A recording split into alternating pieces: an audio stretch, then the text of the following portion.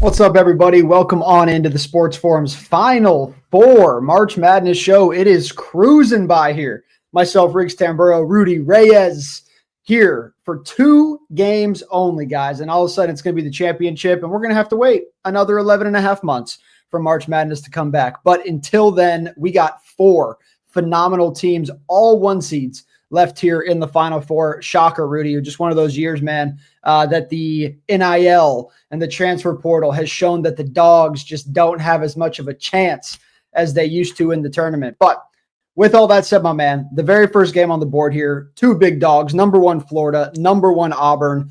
We're going to go through our article here on sportsforummedia.com in just a minute. But my man, before we get into that, your thoughts right now on this matchup, first one for March Madness Final Four. How we feeling? I'm feeling pretty good, but you know what? This hasn't happened since 1979. So all 4 number 1 seeds have not been to San Antonio since 2008. I know it seems like a long time ago, but these are your number 1 seeds. You have Florida facing Auburn. Then in the next matchup, Houston versus Duke. This is something that nobody anticipated. Nobody thought this would ever happen. But you know what? Why shouldn't you? These are all number 1s, and they're number 1s for a reason, because number 2s, nobody remembers. If it's 2, you flush it. When you look at the matchup between these 2 teams, I mean, there's a lot of reasons why these guys are here, right? You look at Florida reaching the Final Four. They've been able to turn games in their favor with runs the way they've done all season long. This is not a mystery. This is not a Scooby-Doo clue. This is in your face. We're going to run you to the ground, even though we find ourselves down 9 points like they did against Texas Tech with 3:14 to play. The end of the game on an 18-4 run. Are you kidding me? And then what they did to Maryland, outscored them 47-33 in the second half, which is insane, to win in the Sweet 16 with 53 points in less than 17 minutes against Norfolk State in the opening round. Of course, it's Norfolk State, but still, you're in the tourney. You're expected to win against teams like that, like your Alabama States, right? So I look at it like this. When Florida can serve knockout punches like Tyson has done in a boxing ring, or when you have repeat champions, it just says a lot, right? We look at the South Carolina Gamecock female women's basketball tournament, and they're going back-to-back years. Let's see if they can get that done. But they've just done it to too many teams very, very often. They were tied with Tennessee at 16 with 11:30 to play in the first half, and they blew the doors off 8 minutes later with a 12-point lead. So there's been some serious deficits that this team has faced all season long. This is not a mystery. This is something that it's solved for, obviously, and they know how to hit home runs. Maybe a baseball euphemism, I don't know, but either way, it's a home run against all these teams they expected to lose against. It's gonna be a barn burner. It is going to be a barn burner, my man, and I'm looking forward to it. And like I mentioned here at the top of this article, very first thing I said was, look, upsets are technically out of the picture when you have a top seed versus a top seed. However, someone almost has to be favored unless it's a pick 'em, and it's not. Now, at the writing of this article, they were a 1.5 point favorite. Now, some books up to 2.5 point favorite. So the line is continuing to move a little bit more for those Florida Gators here. But you got the Gators, like you mentioned. I'm not going to go over all the records and everything. You kind of already said that. But I do want to talk about the total points in this game, because you guys take a look here. On average, these 2 teams score 168.6 points per game, 8.1 points more than the listed total here in this matchup. So they're thinking defense is going to come to play. Maybe a little bit of nerves are going to be in there for the shooters. I don't know, but it is a little bit up there. Now, I also want to throw out there at the spread, you got 7-3 here for Florida, 10-0 over their last 10 games overall. On the other side for Auburn, only covering 5-5 at the spread for them, 7-3 over the last 10 games. So with all of that said, one more really important fact that I think we got to throw out there is what's going on right here. You got the Gators putting together an outstanding 31-2 record when listed this year as a money line favorite. Damn near 94% of the time, they don't let it slip on by. So with all that said, my man, getting into our actual picks for this game, starting here, what do you think is the key for Auburn to win and the key for Florida to win? Look, Auburn has boasted an extremely efficient offensive game that can compete at the highest level. We'll talk about their defense in a minute, but what they've done Mhm. is put on displays of offensive dominance in so many different ways. Auburn can burn you with broom.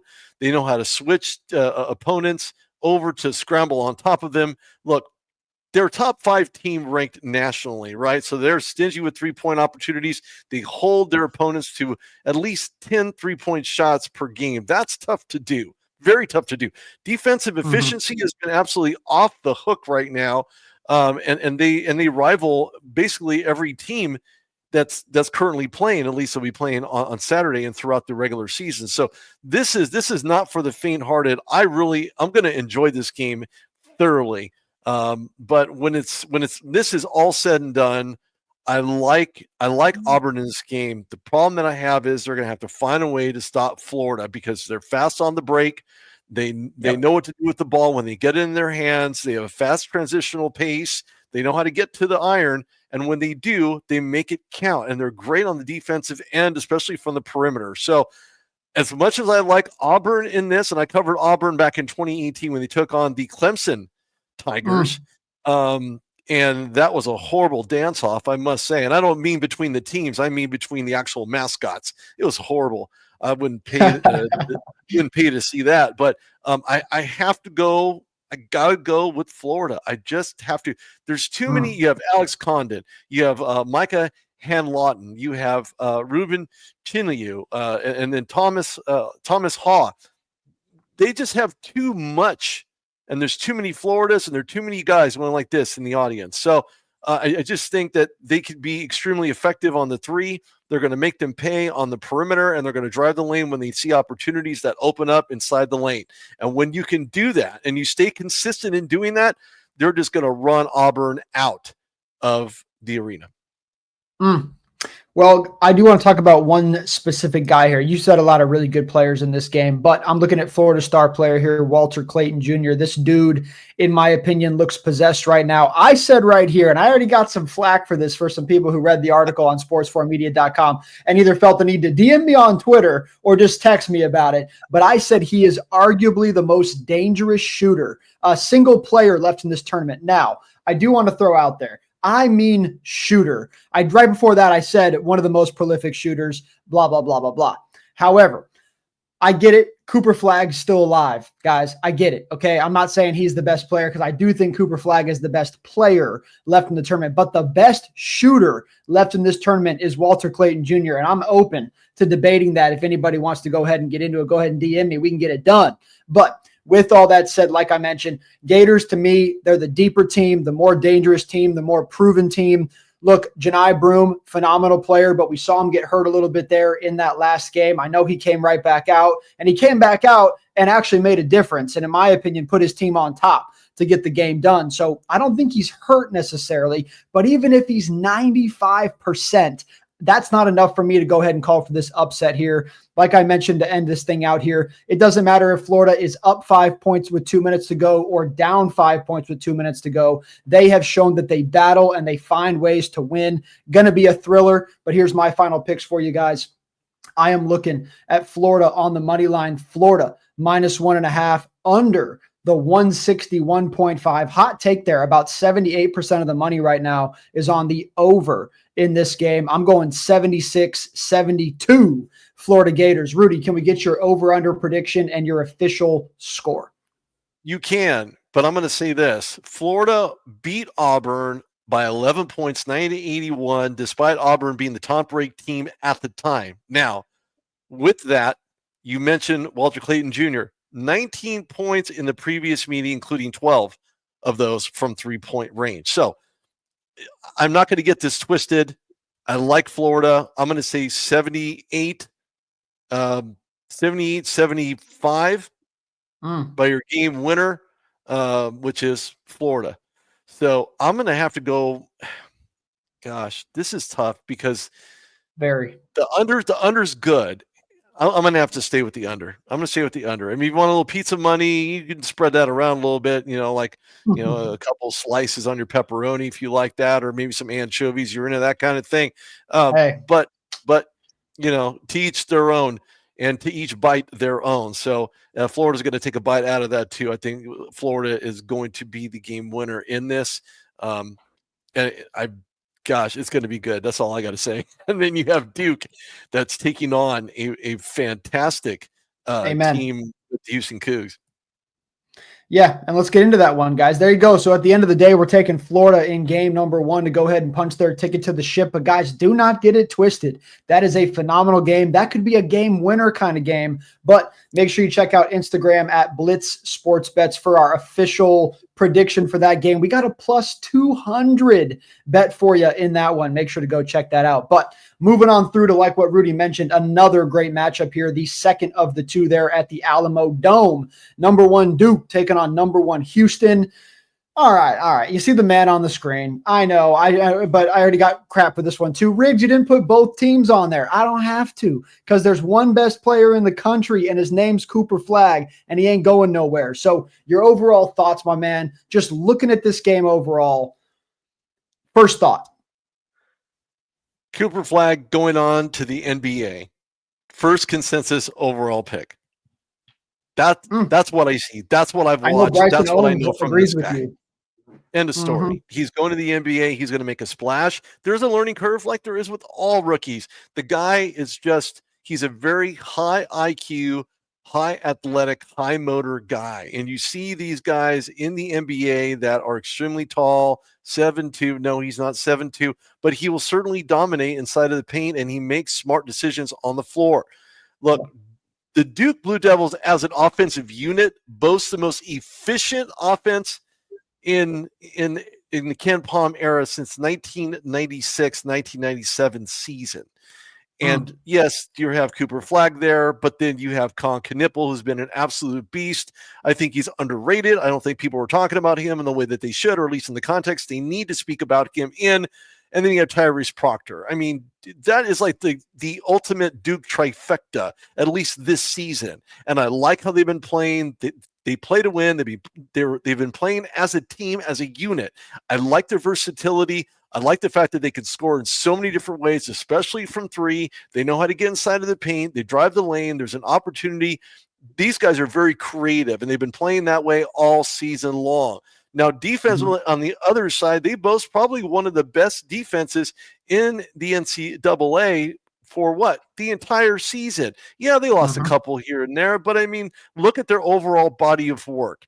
They do have some weaknesses, however. They may be vulnerable against high-pressure defensive schemes, which we've seen from Houston. One of the hottest defensive minds in Kelvin Sampson since I don't know who and I don't know when has put on a defensive clinic against teams that are not only in this tournament, but they've been in some serious dogfights. So when you look at the Cougs, you think to yourself, do they even have a chance?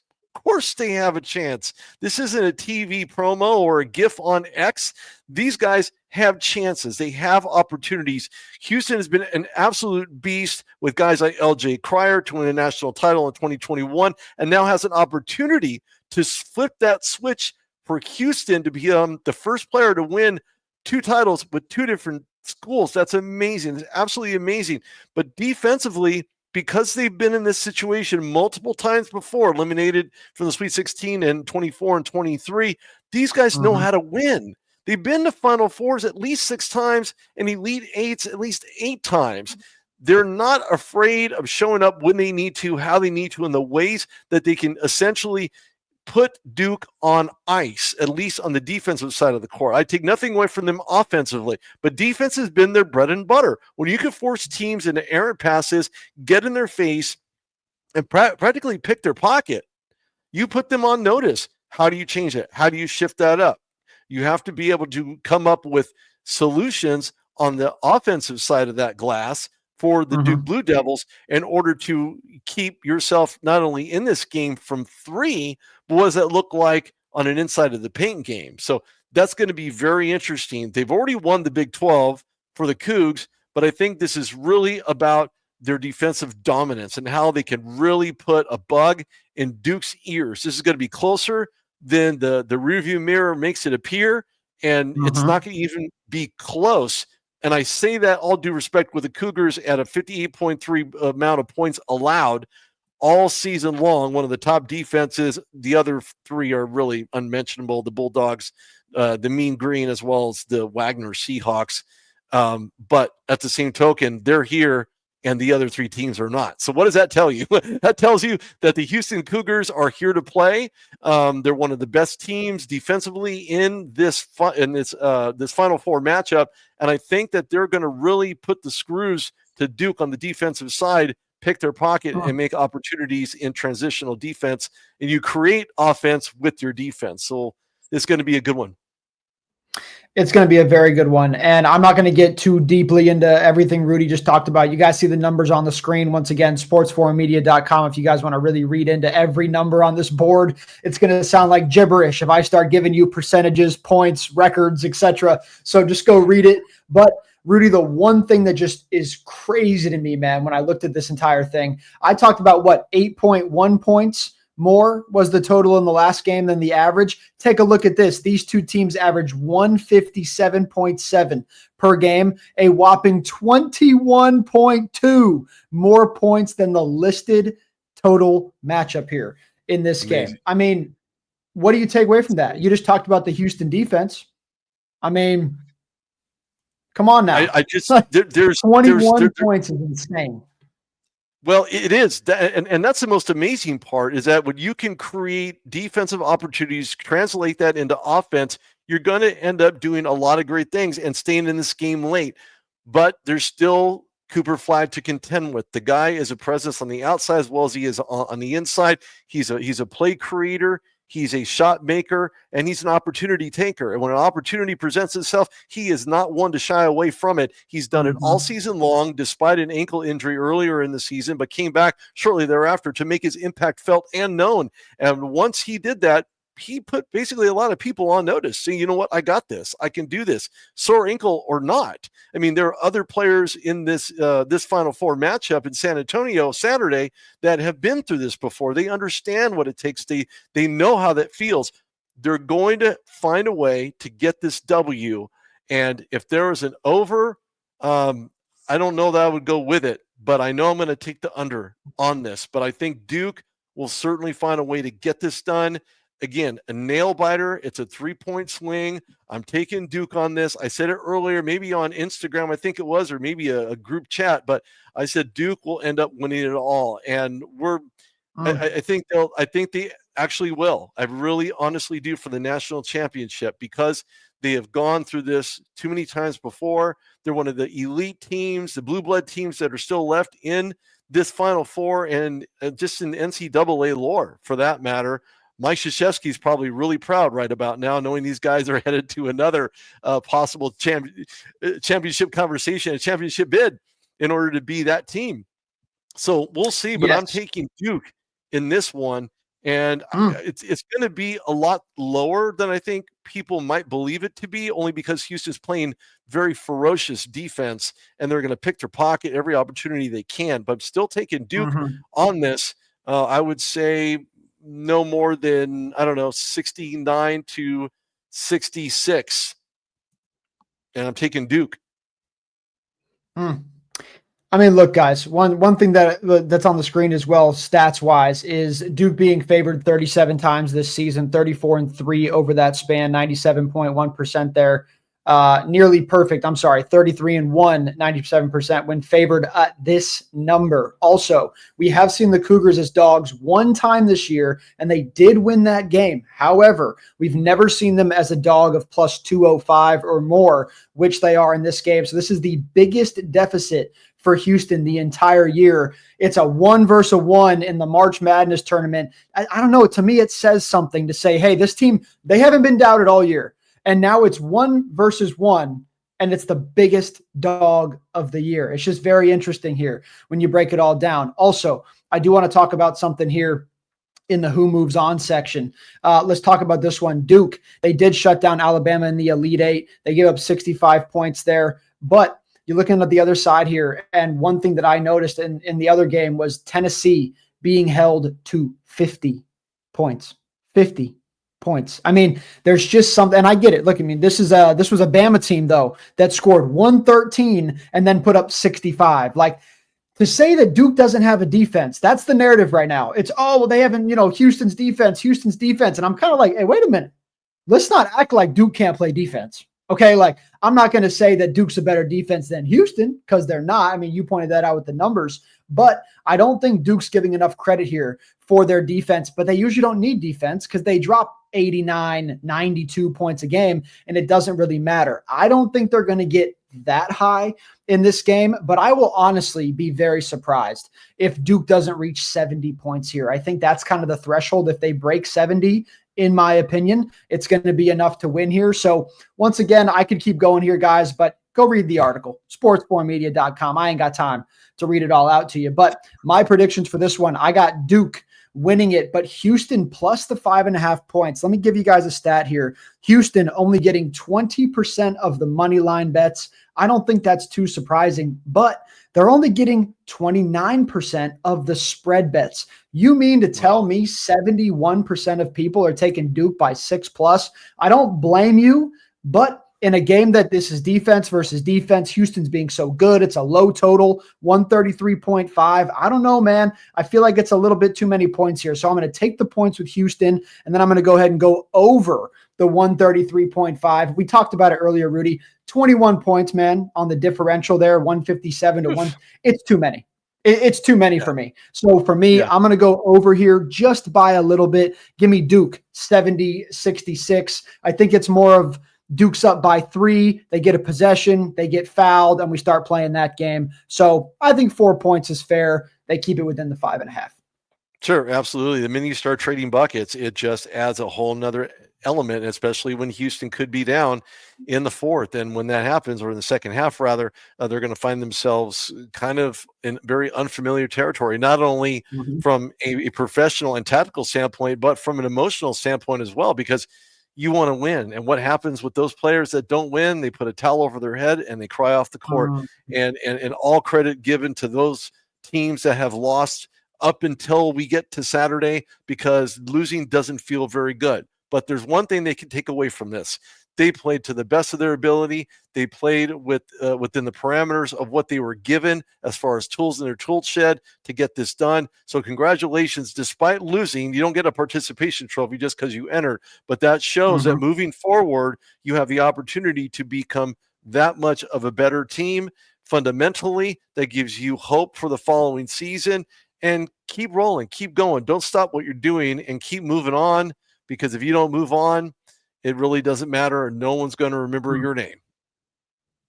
Amen to that. And let's talk here about getting your name remembered. We said in the last show, I want to say the Sweet 16 show, we said we were going to give you guys our futures bets once we got down to the Elite Eight or the Final Four. So here we are going to give these futures now. And the reason we're going to do that is odds are, let's say you're taking Duke. This is the last time, folks, that you will see Duke as plus money. Once they win this game, they instantly go to whatever the real money line for the game is, which is probably going to be Duke. I mean, assuming, I guess it doesn't really matter. Florida or Auburn, it doesn't matter. But either way, I think Duke's going to be about a 2.5 to 3.5 point favorite either way. So it doesn't really matter. So to me, they're going to be like minus 200. So with all that said, Rudy, would you take Duke right now at plus 100? And if you don't take Duke, which of the other teams would you go with? Again, as I said, I'm taking Duke. I'm taking Duke to win it all. And they're going to go through a very stingy, very tough, difficult Florida game. But again, I'm taking Duke. And that number could increase, obviously, as they go on to potentially beat out the Cougs Saturday. So that number is going to just become that much greater. So again, I like Duke in this one. I like Duke throughout.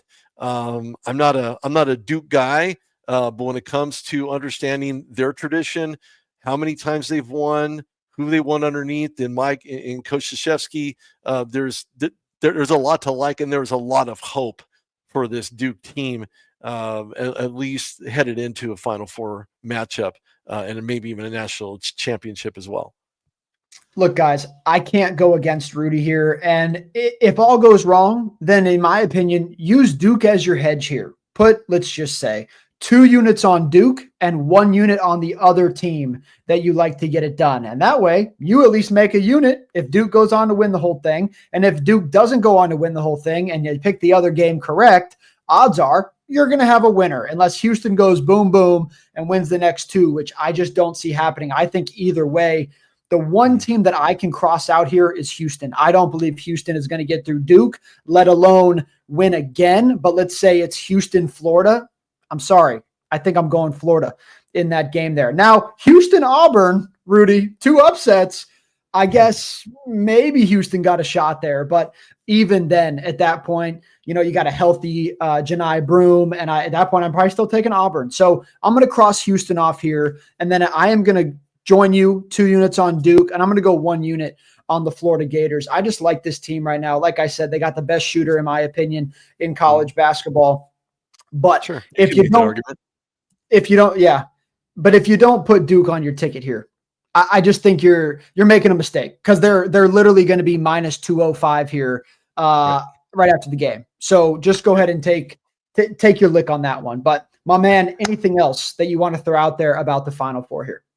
This is going to be probably one of the best championship games you're probably going to see, with all number 1 seeds pitted up for the first time since the 1970s. So don't sleep on any of these teams. Any opportunity is the opportunity to win. I want to see great matchups. You're going to see them early. You're going to see them often. Who covers who? Could be a rotational component associated with that. Who gets the opportunities? Who makes the least amount of mistakes? Like any other team in any other group format, the one who wins whoever wins the game is going to make the least amount of mistakes in order to get to a championship bid. Will defense win championships in this game? Well, we're going to find out. But I can tell you this: when you look at these 4 teams, they are the best of the best, and they all have reasons why they are here. So don't sleep on any of these teams. But again, like I said, I'm taking Duke because I believe they're the most well-rounded, most fundamentally sound. They've done it all season long, with or without Flag. So think about that one. And you mentioned defense earlier. They have a great defense. So Duke just has too many weapons, too many tall trees in the forest, and they're going to, and Houston's going to run into a lot of them early and often. And then obviously to be on the opposite, the wrong end of that spectrum by them being able to drain the three. So I just think Duke ends up winning the whole thing. I just think they're too good. They're too well-rounded, too well-coached, even without Coach Krzyzewski, who's a Hall of Famer, in my opinion. And we'll see what happens come Saturday. Look, guys, before I get out of here, I must say, if they would have called that travel, Rudy, might have been the Rams, brother. Might have been the Rams. But until then, shout out to the dogs over there at Colorado State. Also, congratulations to Colorado State head coach Nico Medved going back to his alma mater there in Minnesota. Go Gophers. So really happy for him over there. But anyway, total side topic. I just had to go ahead and give my boy Nico a shout out. But with that said, guys, Rudy Reyes, Riggs Tamburo, we will see you this weekend. I want to say on Sunday, we're going to do our championship show. These games go down on Saturday, the championship's on Monday. So we'll get it done on Sunday afternoon. We'll see you guys then. But until next time, one more time, Riggs Tamburo, Rudy Reyes, sportsforummedia.com and at sportsforumco for more from us. Take care, everybody.